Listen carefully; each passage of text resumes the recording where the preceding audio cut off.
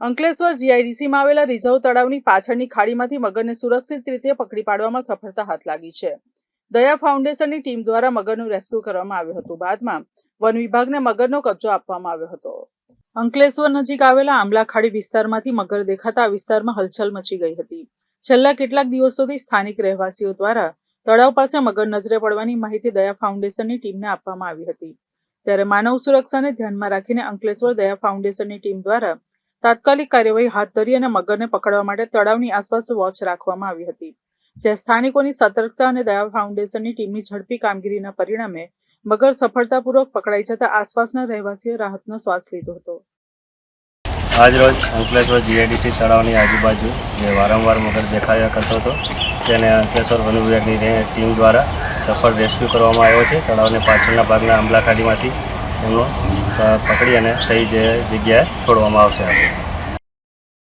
મહત્વનું છે કે તળાવ નજીક રોજબરોજ લોકોની અવરજવર રહેતી હોય છે અને બાળકો પણ ત્યાં રમવા માટે આવતા હોય છે.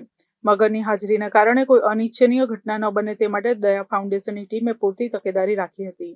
જ્યાં પકડાયેલા મગરને તાત્કાલિક દયા ફાઉન્ડેશનની ટીમ દ્વારા સુરક્ષિત રીતે બહાર કાઢવામાં આવ્યો હતો. બાદમાં મગરને વન વિભાગની ટીમને સોંપી દેવામાં આવ્યો હતો. આજરોજ જીઆઈડીસી તળાવના પાછળના ભાગે આંબલા ખાડી જે વિસ્તાર છે તે વિસ્તારમાં મગર હોવાની જાણ થતાં અને આસપાસનો વિસ્તાર જે રહેણાંક વિસ્તાર હોય તો તેને ધ્યાને લઈ લોકોને જાનમાલને નુકસાન ન થાય તે હેતુએ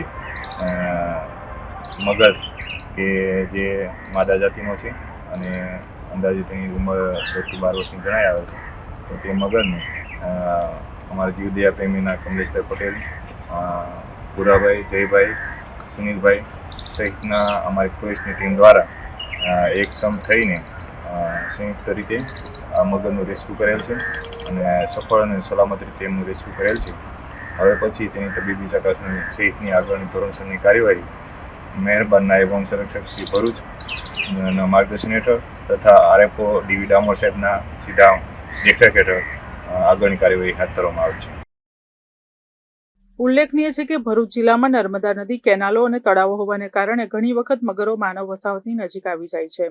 આવા સમયે વન વિભાગ કરતાં વધુ સતર્ક એવા દયા ફાઉન્ડેશનની ટીમ દ્વારા આ મગરને પકડવામાં ભારે જહેમત ઉઠાવી હતી અને ત્યારબાદ વન વિભાગની ટીમને સુરક્ષિત રીતે સોંપી દેવાયો હતો.